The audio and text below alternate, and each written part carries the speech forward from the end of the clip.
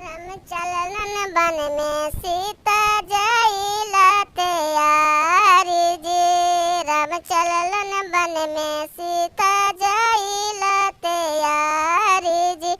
मचिया बैठल हुनकर सासु समझाखी जी।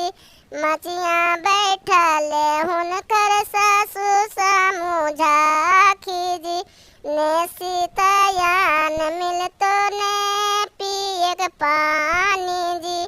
खाए लागी अन्ना मिलतो पिए लगी पानी जी। सूतक ना सेज मिलतो जनक दुलारी जी। खैबे ने बन के फलवा पीवे ठंडे पानी जी।